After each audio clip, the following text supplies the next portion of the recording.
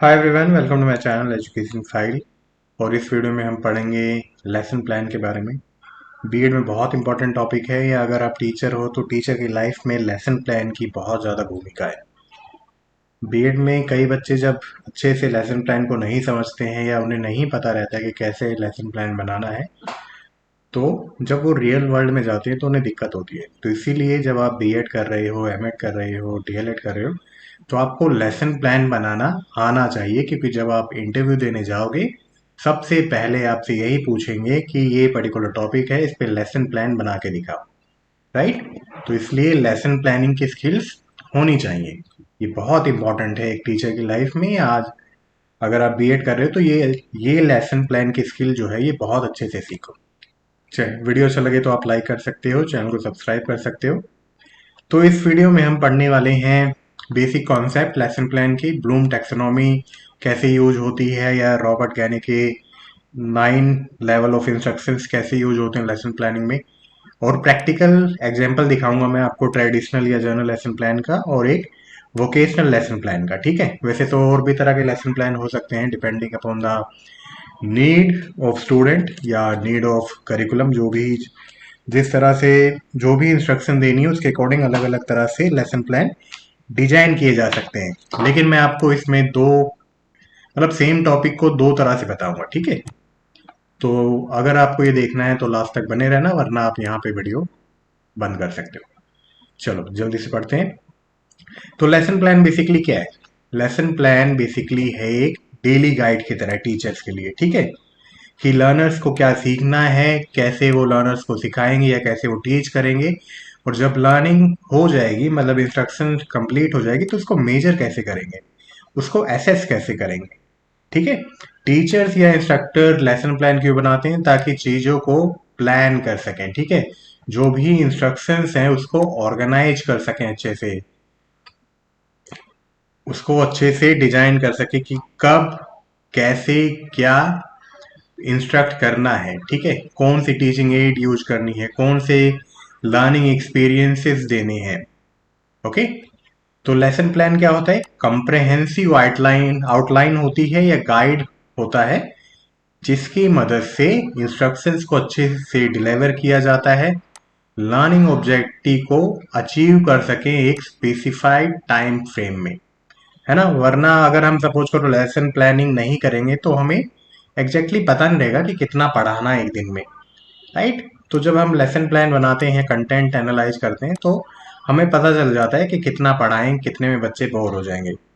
और पूरी इंस्ट्रक्शंस को अच्छे से हम प्लानिंग कर लेते हैं, स्टेप वाइज मैनर में उसको प्लान कर लेते हैं कि पहले मैं ये बताऊंगा, फिर मैं ये बताऊंगा, फिर मैं ये बताऊंगा, या इसमें ये टीचिंग एड का यूज करूंगा।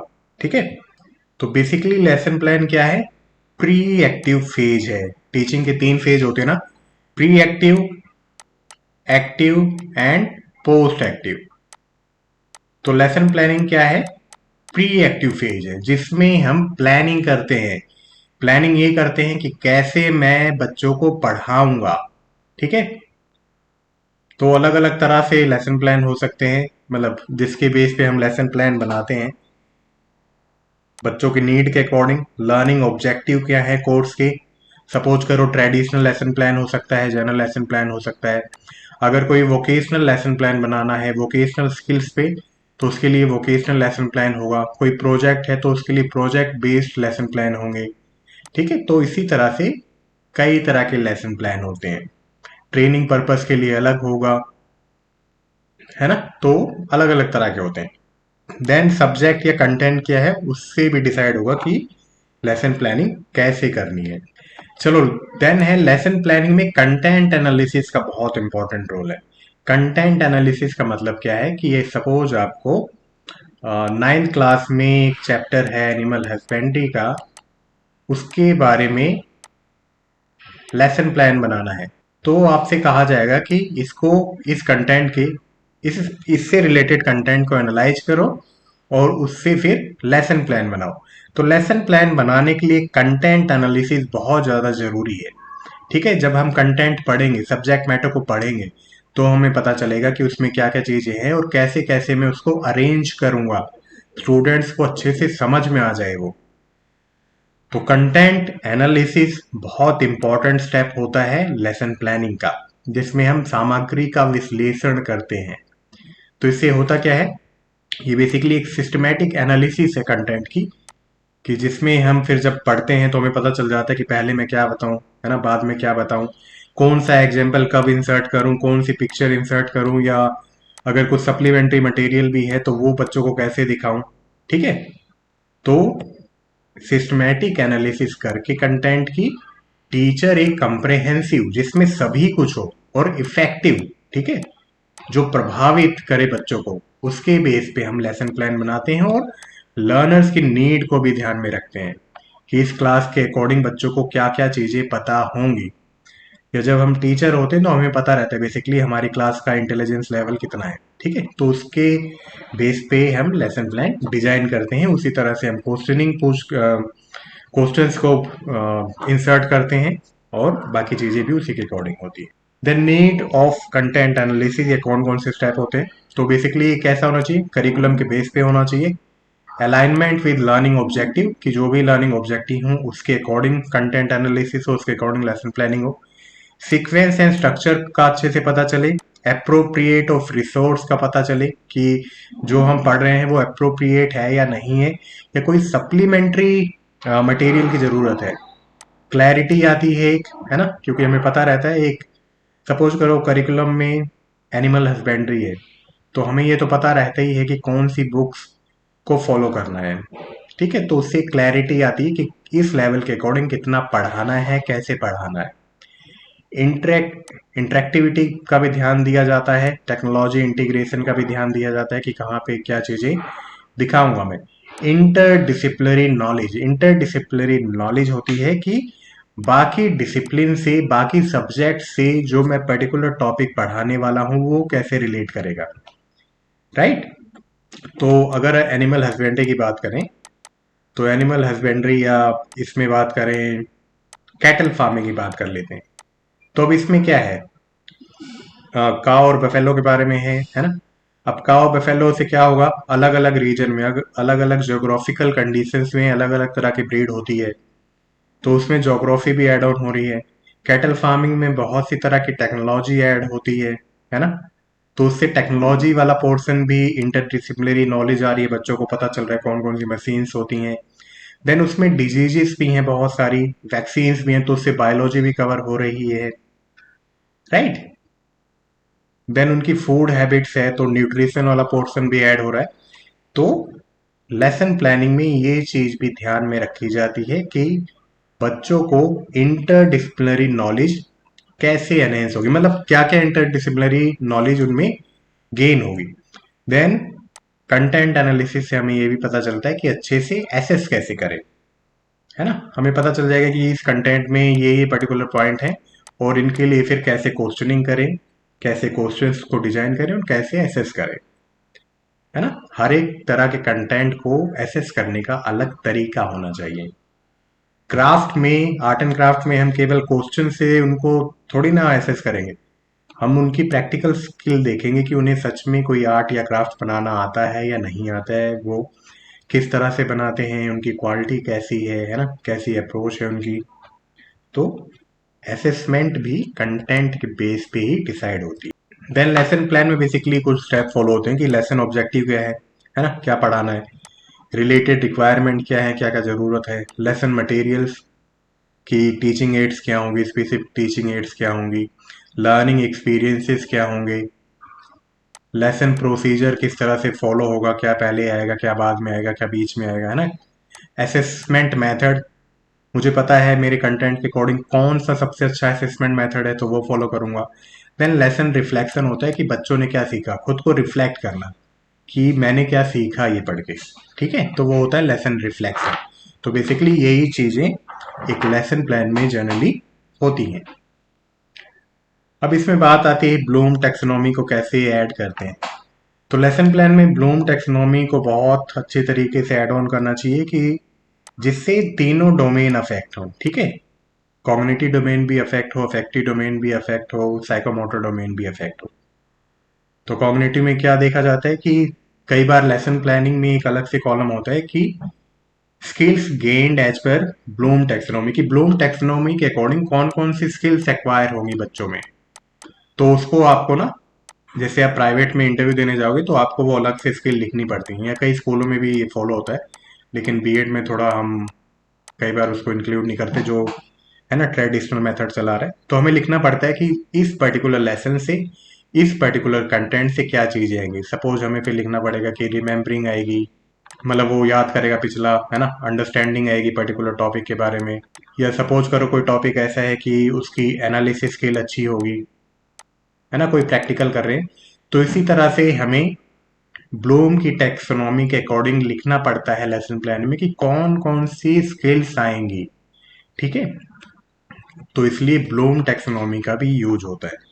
कॉग्निटिव में आपको याद ही होगा, remembering, understanding, applying, analysing, evaluating, creating.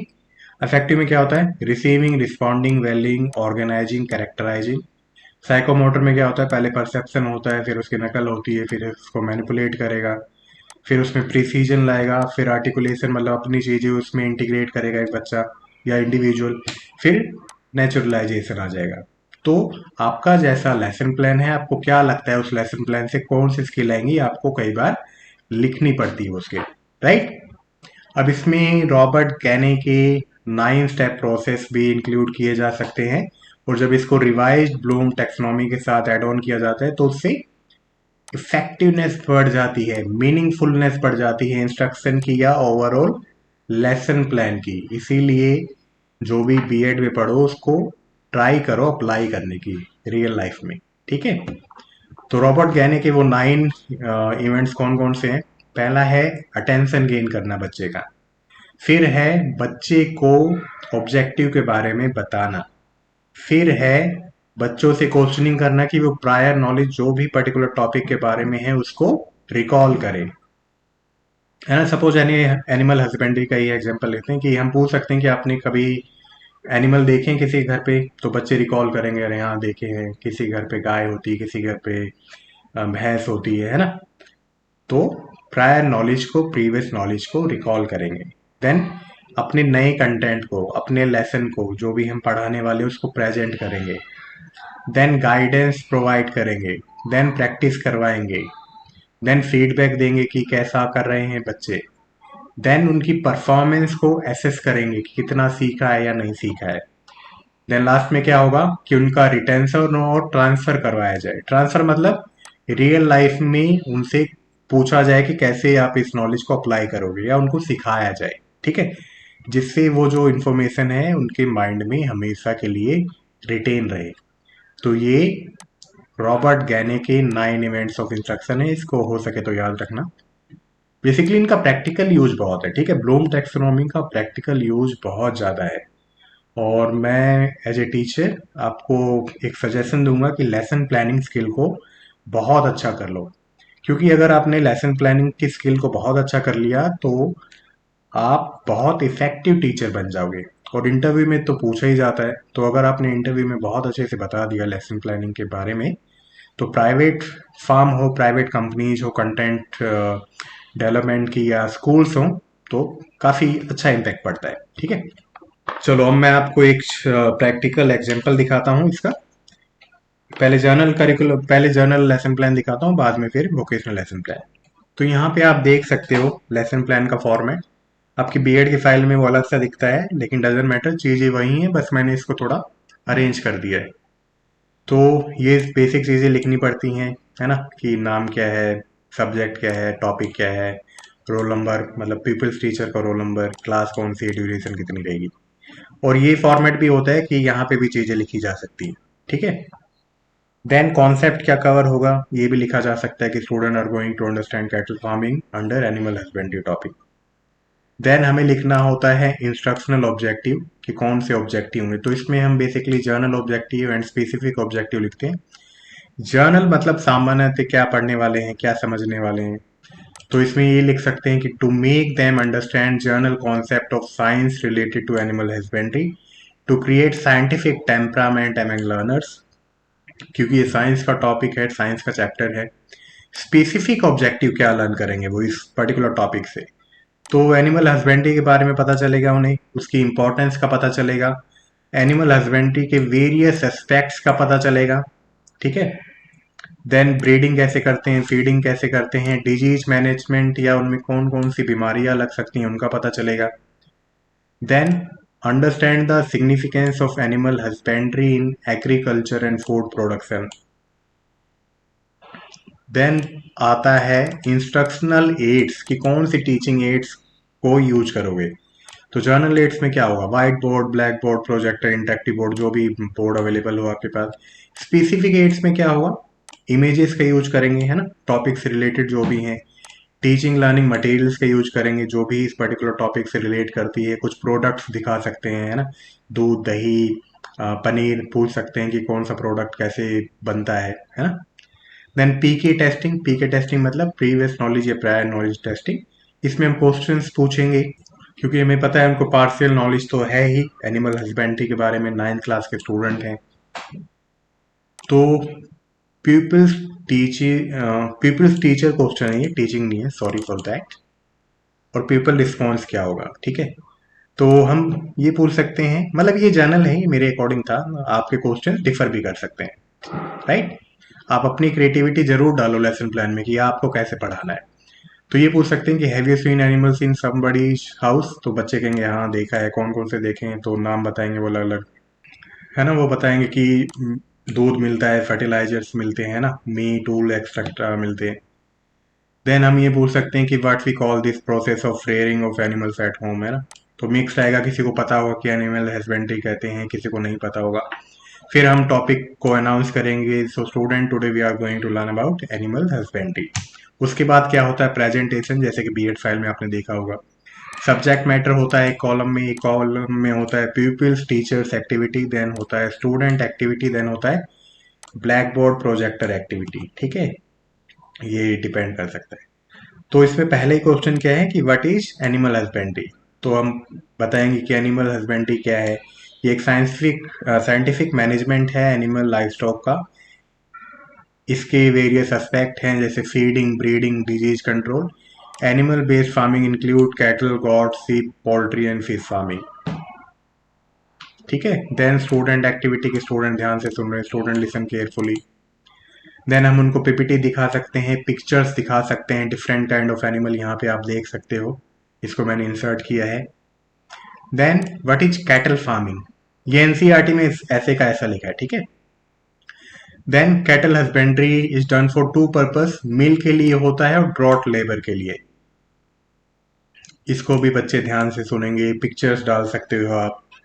Then ये है कि which method commonly use for improving cattle breeds and why. तो इसमें लिखा था कि Indian cattle belong to two different species, Bos indicus जो काव है और बोस ब्यूबिलिस जो है बफेलो, ठीक है। ये साइंटिफिक नेम हमेशा इटैलिक में आएंगे, सॉरी फॉर दैट, ये बहुत जरूरी होता है।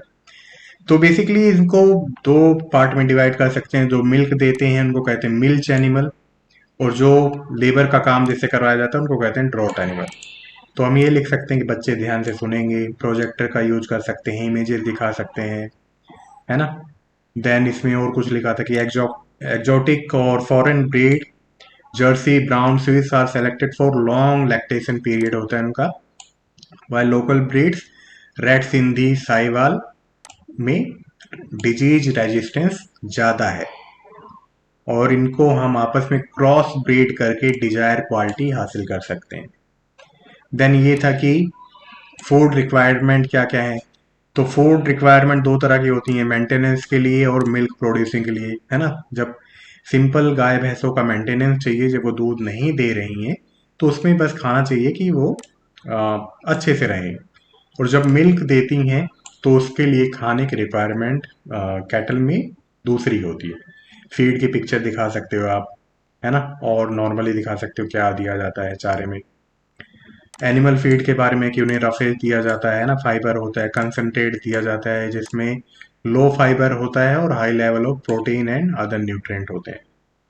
तो ये लिख सकते हो कि स्टूडेंट सुनेंगे, नोटबुक में लिखेंगे और इमेजेस देखेंगे प्रोजेक्टर पे। तो बाकी वो उसी से रिलेटेड है, आप खुद से भी जाके इसको देखना, है ना। लास्ट में ये हो सकता है कि डिजीज इन कैटल, क्योंकि टॉपिक यहीं पे खत्म होता है। आपको सप्लीमेंट्री कुछ बताना है तो आप बता सकते हो। तो कैटल में बता सकते हो कि कैटल में बहुत तरह की डिजीज होती हैं, बीमारियां होती हैं, है ना। जब बीमारियां होती हैं तो ऑफ कोर्स उनकी हेल्थ अफेक्ट होती है, दूध कम देती हैं। इसमें बहुत सारे पॉजिटिव एजेंट हैं, जैसे कि बैक्टीरिया, फंजाई, वायरस, ये सभी बीमारियां कर सकती हैं। मेस्टाइटिस बहुत कॉमन है, जो गाय भैंसों के अडर होते हैं, थन होते हैं, उनमें इन्फेक्शन हो जाता है, और वो बेसिकली बैक्टीरियल है। तो कई बार मेस्टाइटिस इतना बुरा हो जाता है ना कि उनके अडर या थन को रिमूव करना पड़ता है।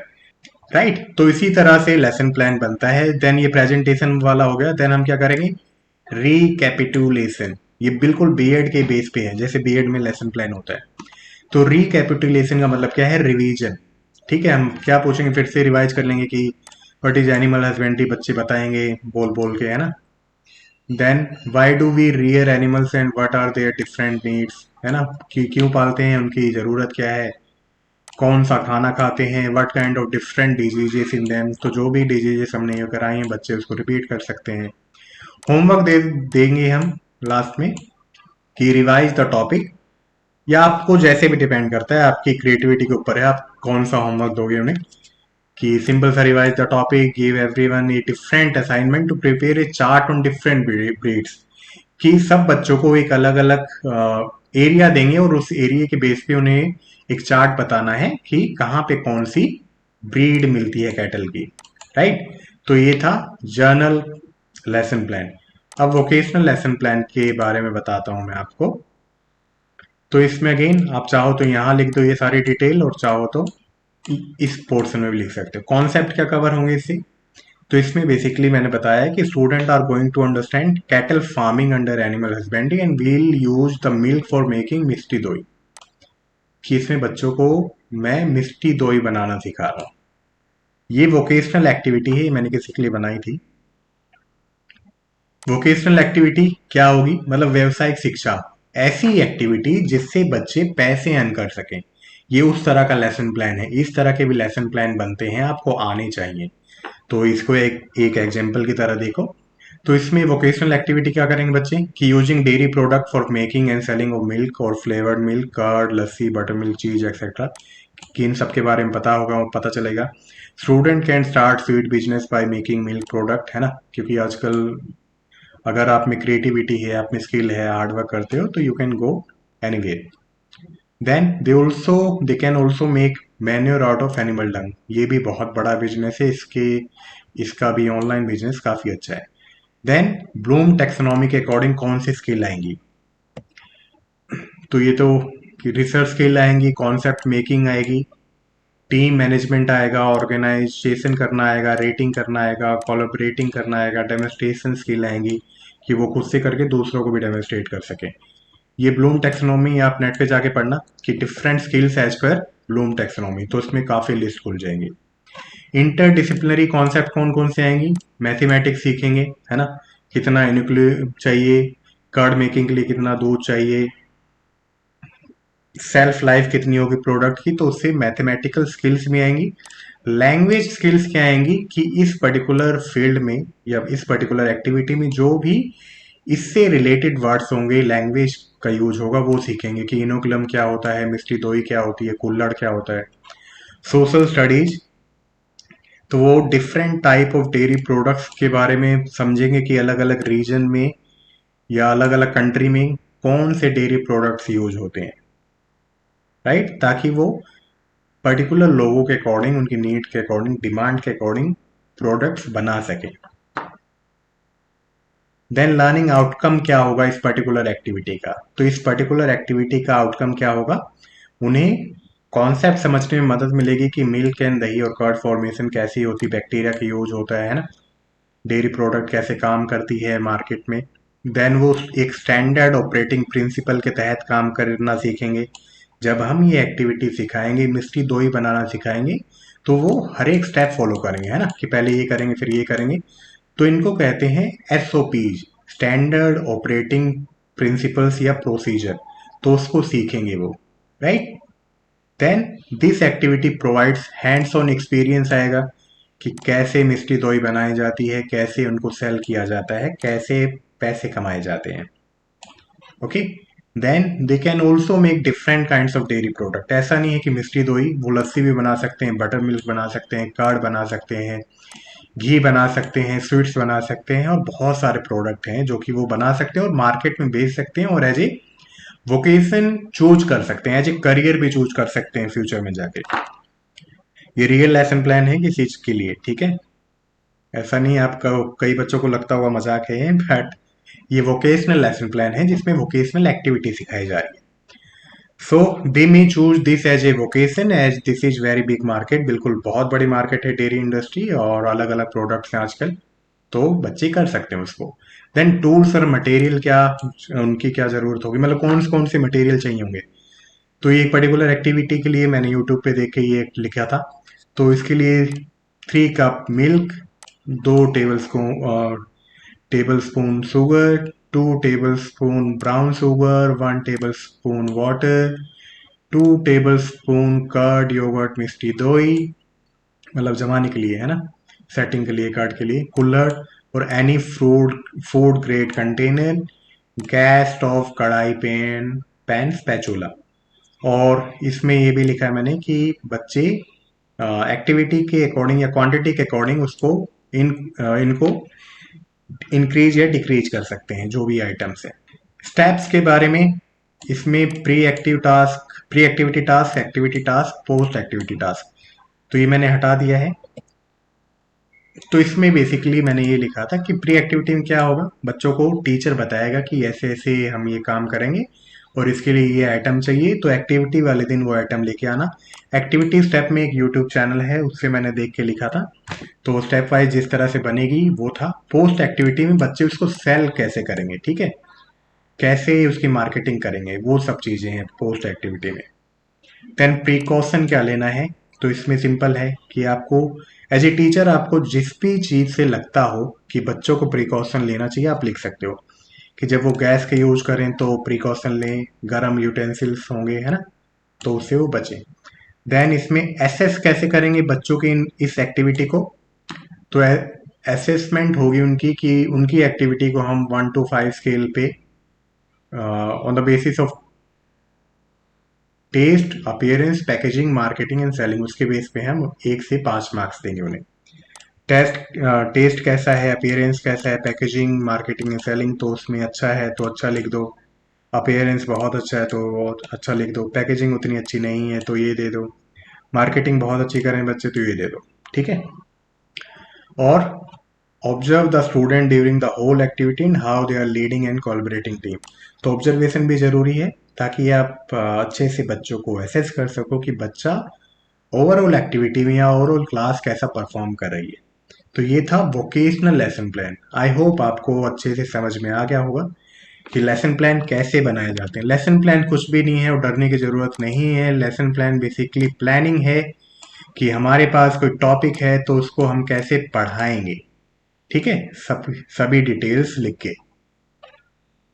और बस आपको कंटेंट एनालिसिस बहुत अच्छे से करना है। पढ़ाने से पहले कंटेंट को पढ़ना बहुत ज़्यादा ज़रूरी है। कोट है, to teach to learn twice, ठीक है, मतलब अगर आपको पढ़ाना है तो आपको खुद सीखना पड़ेगा 2 बार। Getting mobile, to teach to learn twice. तो टीचिंग बहुत टफ जॉब है, और अगर आपको लेसन प्लान बनाना है, कंटेंट एनालिसिस बहुत इंपॉर्टेंट है। जितने अच्छे से कंटेंट एनालाइज करोगे उतना इफेक्टिव लेसन प्लान होगा। और आपको बाकी स्किल्स भी आनी चाहिए, पेडागोजिकल स्किल्स, टीचिंग मॉडल्स के बारे में, टीचिंग एड्स के बारे में, तो आप उतने ही बेहतर टीचर बनोगे, राइट। और मेरे हिसाब से वो पुराना मेथड बीएड में भी छोड़ देना चाहिए कि, है ना, पुराना मेथड मतलब क्या है, पुराना मेथड यही है कि रिटर्न फाइल के बजाय वो अगर ई लेसन प्लान बनवाने लगे, क्योंकि ई लेसन प्लान में आई थिंक कि जो बीएड के स्टूडेंट हैं वो और ज़्यादा क्रिएटिविटी दिखा सकते हैं ना, पिक्चर्स ऐड ऑन कर सकते हैं उसमें, कोई वीडियो ऐड ऑन कर सकते हैं उसमें। तो ये सभी चीज़ें हैं जो कि आई थिंक चेंज होनी चाहिए, है ना। तो इस वीडियो में इतना ही। आई होप आपको अच्छे से समझ में आ गया होगा लेसन प्लान क्या है। तो मिलते हैं नेक्स्ट वीडियो में। Till then bye bye, take care.